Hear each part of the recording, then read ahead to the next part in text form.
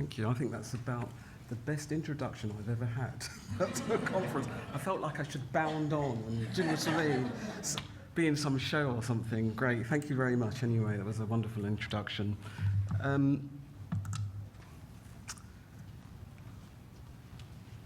I've put this quote up there. It's actually come from Professor Linda Partridge, and it's out of the Chief Medical Officer's annual report, which is Health in an Ageing Society. That's just come out a couple of weeks ago. Don't know if anybody's managed to have a look at it, but I was geeky enough to have a look. It's really, really an interesting read, so I would recommend that you all have a look. And it's really pertinent to what we're talking about today. So, and I think it's a universal truth, isn't it, that we are all going to get older. There is no escape from that, although Jeff Bezos thinks there might be, I think. But, you know, we are all going to get older. And we all want to live the healthiest life that we can. And something that Chris Whitty said in that report I thought was really, really important, because he was saying that we needed a cultural shift away from maximising lifespan towards improving the quality of life.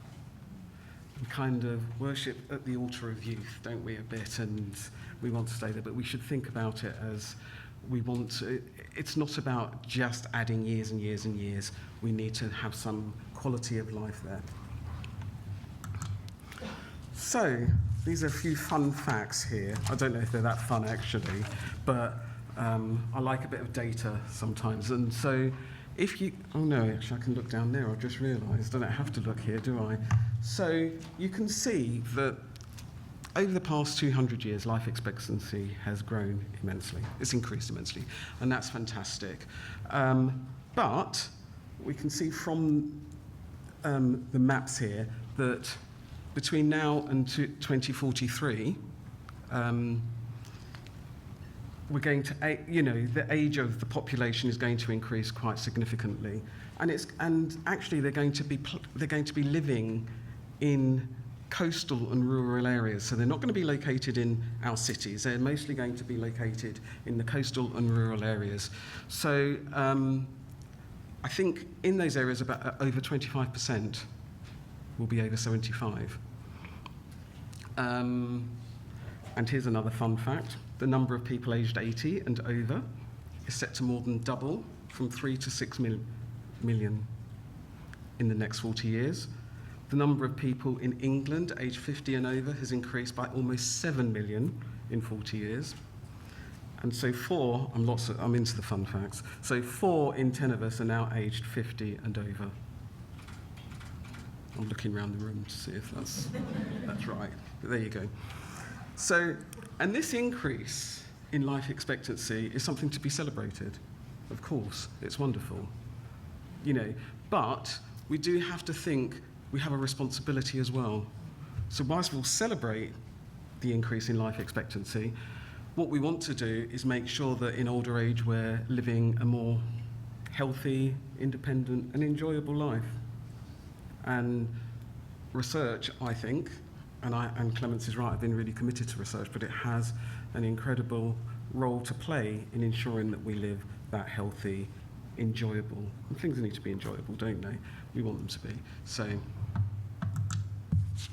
I mean, going back, if we looked at the map, one of those things that it shows is that we're going to have to think about where we place the services and what sort of services that we're providing.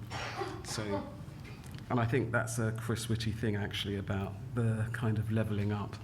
Anyway, I've put on here, and we've actually just had a talk on dementia, so I'm not going to talk about it a lot, about some of the things that need our attention in terms of research.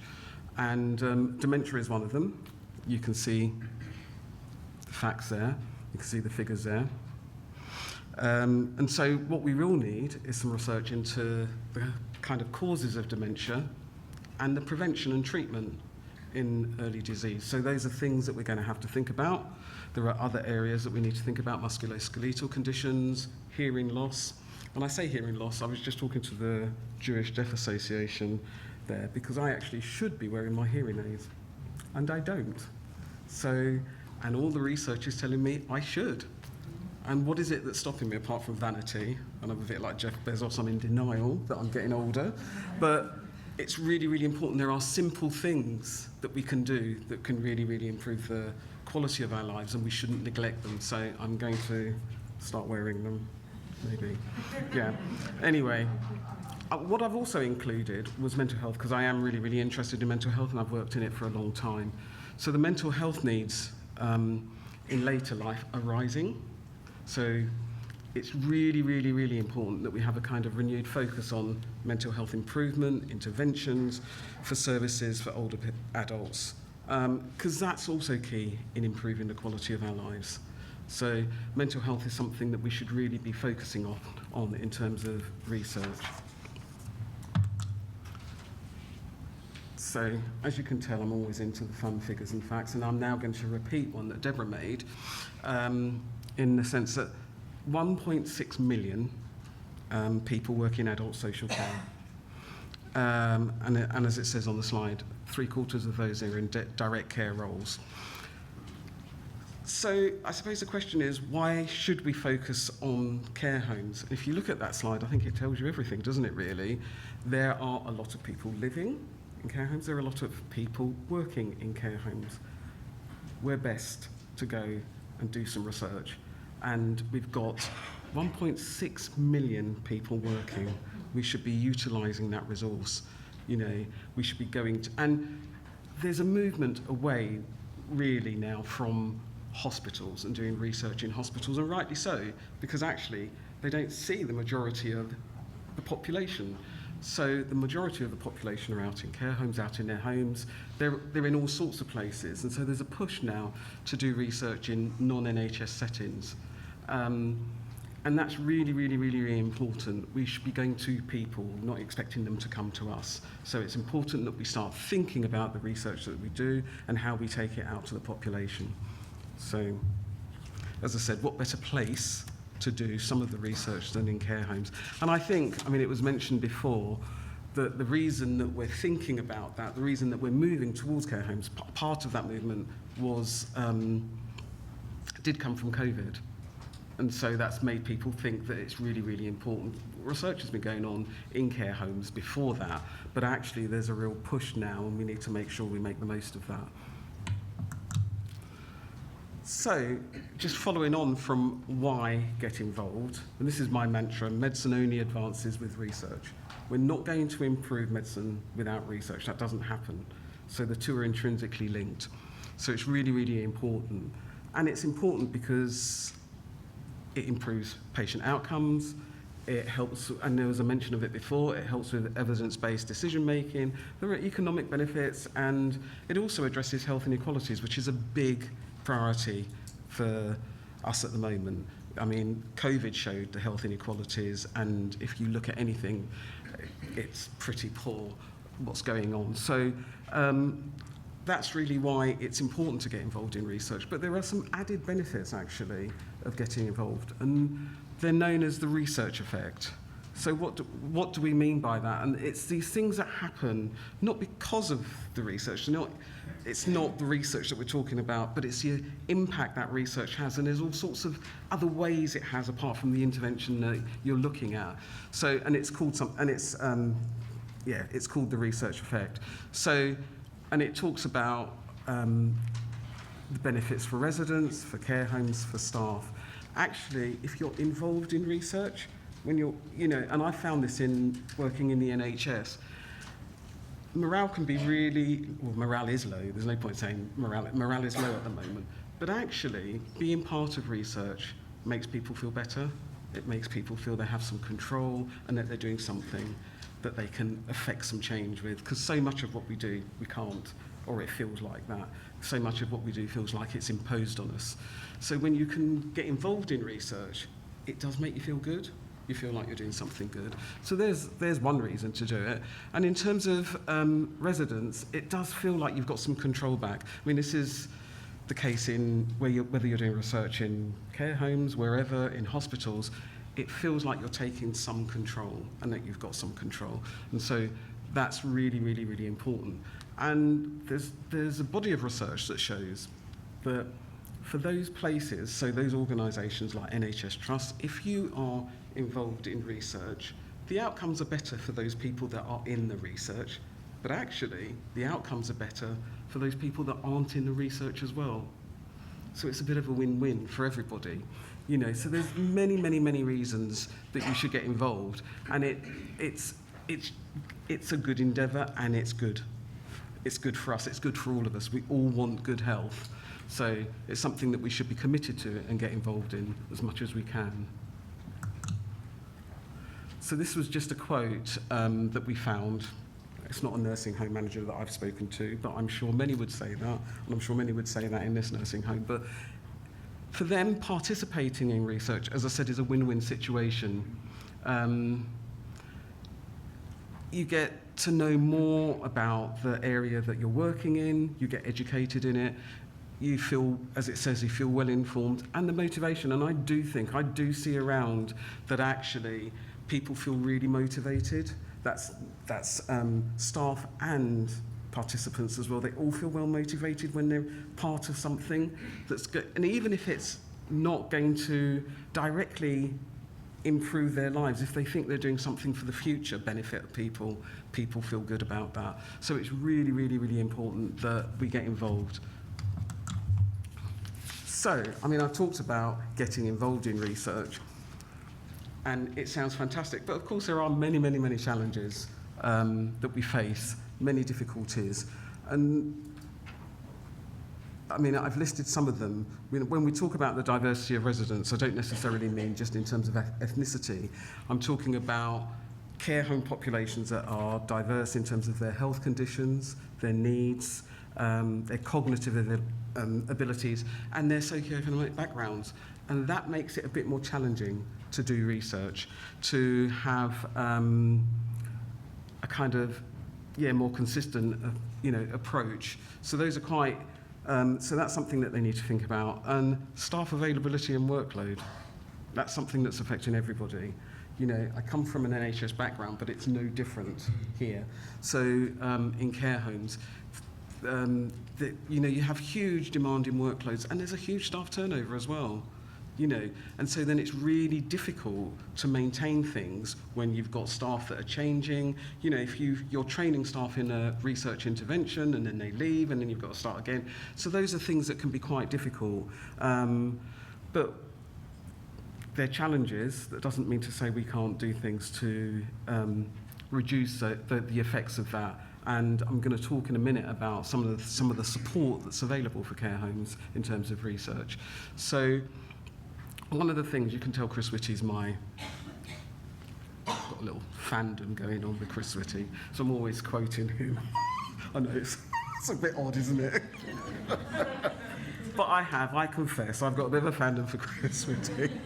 But what he was saying is, and I think really, really important, that what happens with studies, what happens with clinical trials is that they exclude older adults for no good reason, actually, probably because it makes their lives a bit easier.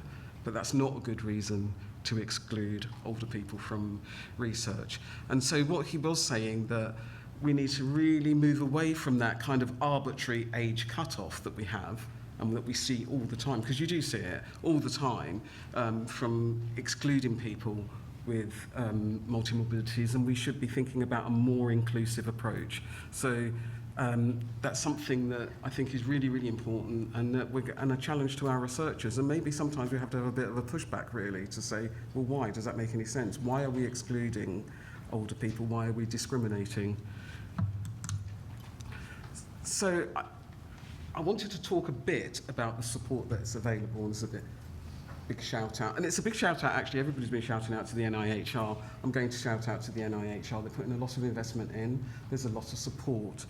And one way they're doing it, we're an R&D office for a number of mental health trusts, and we have delivery staff. And some of our funding comes from the NIHR for our staff.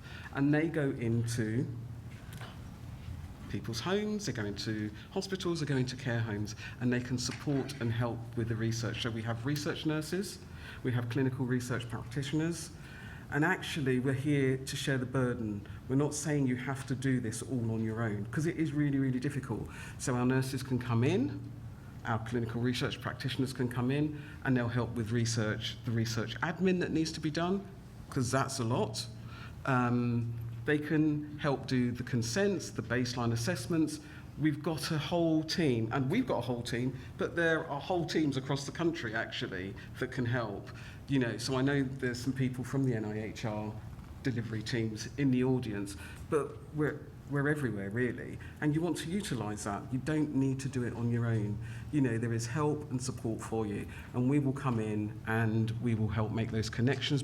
For researchers, we'll help make those connections between care homes, and as I said, we can provide staff support.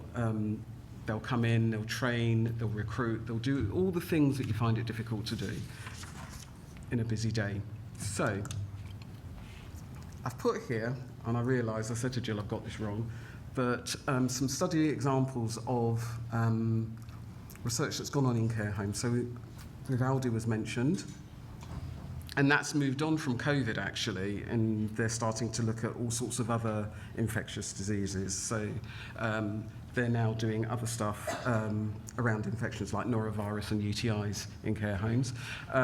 Then you've got Topic, and I know you've heard about that this morning. I wasn't here, but we worked really closely with the study team in Topic to support that in bed care. And I put START down, and I realised I put START down and it doesn't actually take place in care homes. But it was a big shout out to Jill, who I've worked with for years. And I go back to Chris Whitty, he's mentioned her in his report as well, but he did also mention Mark, but I didn't pick that one up. So it's a really big shout out to Jill in that sense, in terms of the research that has, and the thing about that kind of research, it has an immediate impact on people. Actually, lots of research takes years before you see the results. This type of research that's being done has a real impact immediately on people, which is great. So.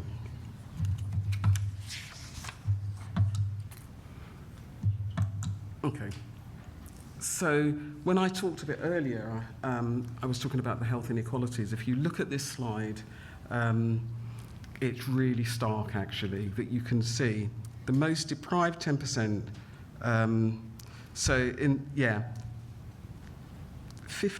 nearly 52 years in good health, okay, and then another 26 in poor health, and then for least deprived, 70 years. We've got a lot of work to do, haven't we? And we've got a lot of balancing up to do. So I think it, once again, speaks to the importance of research in health inequalities. That's not acceptable in our society, and we need to do something about it. And we've got good researchers that I know can do that work. So when we talk about what does better living look like, what does good health look like, who decides, who says what that is? And that's surely got to be a partnership between not only the researchers, but residents in this care home, the staff, the general public. You know, there are conversations that need to be had to understand what it is that people want, because I just don't think we ask, do we? We don't ask people, what is it that you want? What does better living look like for you? We might have an idea. I might have an idea of what better living looks like for me, but it's not necessarily what it is for everybody else. And so those conversations are really, really, really important. And I think those conversations are important very early on when researchers are designing their studies. They need to come out and talk to people, talk to residents, talk to staff, and engage with them and think about what is it that you want. You know, and sometimes you can get caught up, sometimes researchers can get caught up because there's a grant money and I have to do whatever it is I have to do to get that grant. But actually you've got to do stuff that's really meaningful to people and has a real impact on their lives. So I suppose it's a call out to researchers and to us all to think that we're part of that conversation. We're part of driving the design. We've got to engage with people. And feedback, one of the things that I hear all the time in the NHS is, from clinicians, is researchers come in and they never feedback anything. You've got to feedback, you have a responsibility. You have a responsibility for that ongoing feedback as well, not just at the end, all the way through. It's important. You want to keep them engaged, you want to keep them doing things, you have to talk to them and you have to feedback. So, and I was just thinking about the partnerships, that's all part of it. So we've got our research institutes that are there, the charities, we've seen some out there, the Jewish Deaf Association, Age UK, and the support networks, which I talked about before. NIHR is one of them. The NIHR have their teams and support and funding, actually, and money, which always helps. And we should be engaging with policymakers. So those are all the partnerships that actually care homes should be utilising and being part of. Those are your partners, those are the people that you want to work with. You have a lot to offer and you have a lot to say. So, what now for the future? There's lots of stuff going on, but there's never enough. So we always need more. We need more research to happen, and we need to target it in different ways. As I said before, if a significant part of the population, over 25%, are going to be in those rural areas in 2043, we're going to have to think about what does a good service look like? What does a good environment look like for people? And so we have to really start targeting and thinking about what we're doing. There's other things that we can think about, and I just think we have to recognise the change in demographics. They are changing, and we have to always keep that in mind when we're doing research. I'm going to end with a quote from a feminist writer, as it says, Betty Friedman. Just as darkness is sometimes defined as the absence of light, so age is defined as the absence of youth. And I think as I said earlier on, we've really got to change the narrative. Aging is not lost youth, so I will be putting my hearing aids in, and I'll be wearing them tomorrow. It's not lost youth, but it's a new stage of opportunity and strength, and researchers are here to help us with that. So thank you very much.